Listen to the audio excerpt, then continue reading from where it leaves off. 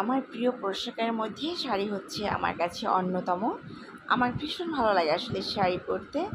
But আমি কিন্তু শাড়ি তেমন একটা ভালো পরতে পারি না, যার কারণে আমার আসলে একদমই তেমন একটা পরা হয় না বললেই চলে। অনেকদিন পরে শাড়ি পরেছি আসলে। শাড়ি আমার তেমন একটা পরা হয় না, তো চিন্তা করেছি মাঝে মাঝে অবশ্যই একটু বাসায় পরে প্র্যাকটিস করব।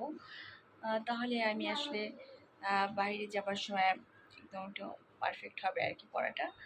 এই তো, আমি কোনো অকেশন ছাড়া আসলে শাড়ি পরা হয় না। তো চিন্তা করেছি এখন থেকে মাঝে মাঝে বাসায় শাড়ি পরলে আসলে আমার মেয়েও পছন্দ করে, আমার হাজব্যান্ডও পছন্দ করে শাড়ি পরা। তো ওদের জন্য হলেও আমি মাঝে মাঝে শাড়ি পরবো।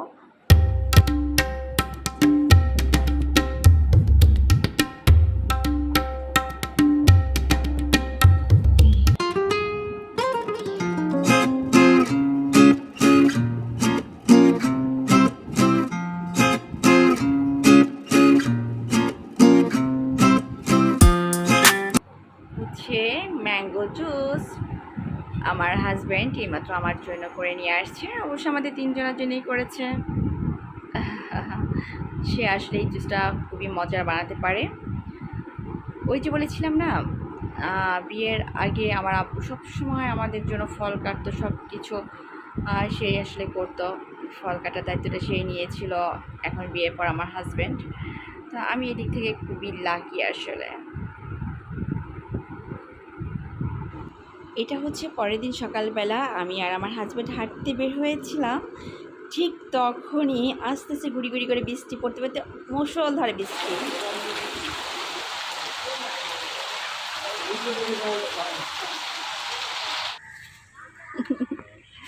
আমরা হাঁটতে বের হয়েছি, এর মধ্যেই ছিটে ছিটে বৃষ্টি হচ্ছে। এর মাঝে আমাদের সামনে লেবু ছিল, লেবু পেয়ে গেছি, তাই 1 ডজন লেবু নিয়ে নিলাম।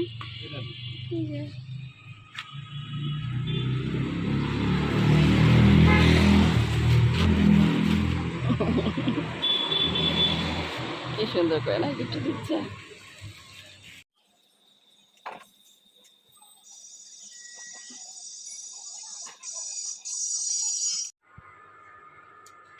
চা বসিয়েছি, আর আমি সবসময় চায়ের মধ্যে না একটা এলাচ আবার দারুচিনি দিই। আমার কাছে না এই চাটা খেতে বেশ ভালো লাগে, লং দেই। হ্যাঁ, মশলা চাটা আমার ভীষণই পছন্দের, যার জন্য এভাবেই চা বানিয়ে থাকি।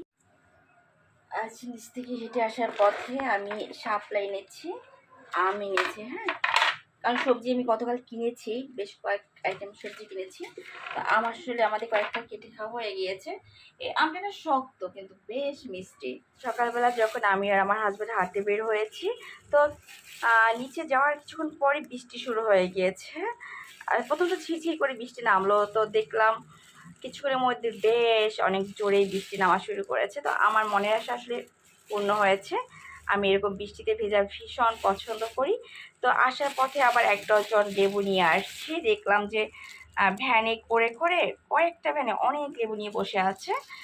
তো এটা আমার বাসার সামনেই।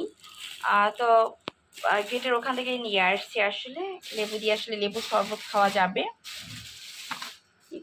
বেশ বড় বড় লেবুগুলি। যাই হোক,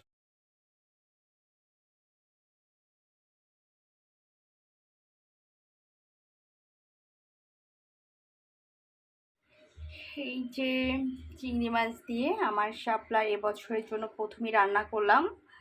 তো শাপলা কিন্তু আমার ভীষণ পছন্দের, আর বরিশালের একটা আহ, আহ, কি বলবো, বরিশালের মানুষ আসলে শাপলা খায়। অনেক অঞ্চলে আমি শুনেছি তারা শাপলা কিভাবে রান্না করে, খায় কিনা বা কেমন লাগে তা সেটা জানে না। তো এই হচ্ছে আমার আজকের জন্য রান্না। আমি শাপলা রান্না করেছি চিংড়ি মাছ দিয়ে, এবং বিফ রান্না করছি, মাছ রান্না করেছি। তো টিভি থেকে আসলে আজকের জন্য আমার এই আয়োজন, আর একটা ভাজি করেছিলাম।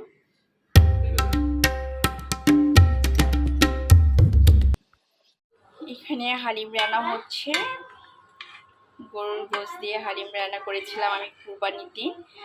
তো সেটাই আমি আসলে বাকিটা বক্স করে রেখেছি খাওয়ার পরে, সেটা এখন গরম করে নিচ্ছি। এটার উপরে আদা কুচি, বেরেস্তা সবই দেওয়া হবে, কাঁচামরিচ। হ্যাঁ, এই যে আমাদের সন্ধ্যার আয়োজনে ছিল হালিম এবং নান রুটি করেছিলাম, সাথে আম ছিল, চা খেয়েছিলাম। তো আজ এখানেই বিদায় নিচ্ছি, সবাই ভালো থাকবেন, আল্লাহ হাফেজ।